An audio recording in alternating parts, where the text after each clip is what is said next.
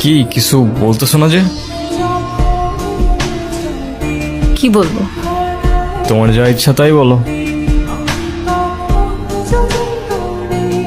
তুমি জানো আমি আমার মাকে অনেক ভালোবাসি।